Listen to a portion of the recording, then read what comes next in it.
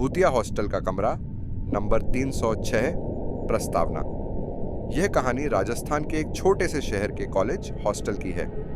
कहा जाता है कि हॉस्टल के कमरा नंबर 306 में अजीब और डरावनी घटनाएं होती हैं। पिछले 10 सालों में कोई भी छात्र इस कमरे में ज्यादा समय तक टिक नहीं पाया। कहानी साल 2018 की बात है। रवि नाम का एक इंजीनियरिंग का छात्र अपने नए सेमेस्टर के लिए हॉस्टल में शिफ्ट हुआ। उसे कमरा नंबर 306 अलॉट हुआ। हॉस्टल के पुराने छात्रों ने उसे उस कमरे के बारे में चेतावनी दी, लेकिन रवि ने उनकी बातों को मजाक समझकर नजरअंदाज कर दिया।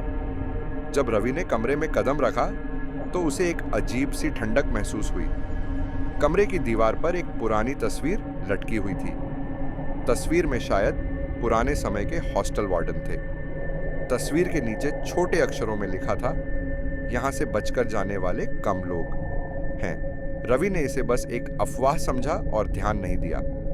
पहली रात को रवि को लगभग 2 बजे किसी के चलने की आवाज सुनाई दी। उसने सोचा शायद हॉस्टल के किसी लड़के ने मजाक किया होगा, लेकिन जब उसने दरवाजा खोला तो बाहर कोई नहीं था। बस एक तेज ठंडी हवा का झोंका अंदर आ गया। थोड़ी घबराहट के साथ रवि वापस सोने चला गया। दूसरी रात कुछ और अजीब हुआ।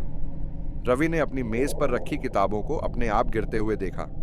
उसे लगा कि शायद हवा से ऐसा हुआ होगा, लेकिन तभी उसकी नजर दीवार पर टंगी तस्वीर पर पड़ी।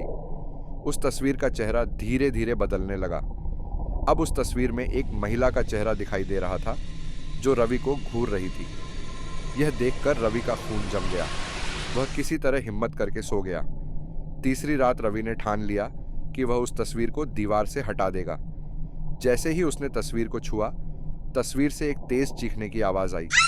पूरे कमरे की लाइटें बुझ गईं और एक साया उसके सामने खड़ा हो गया। वह साया एक भयानक आवाज में बोला, यहां कोई नहीं टिकता, तू भी नहीं टिक पाएगा।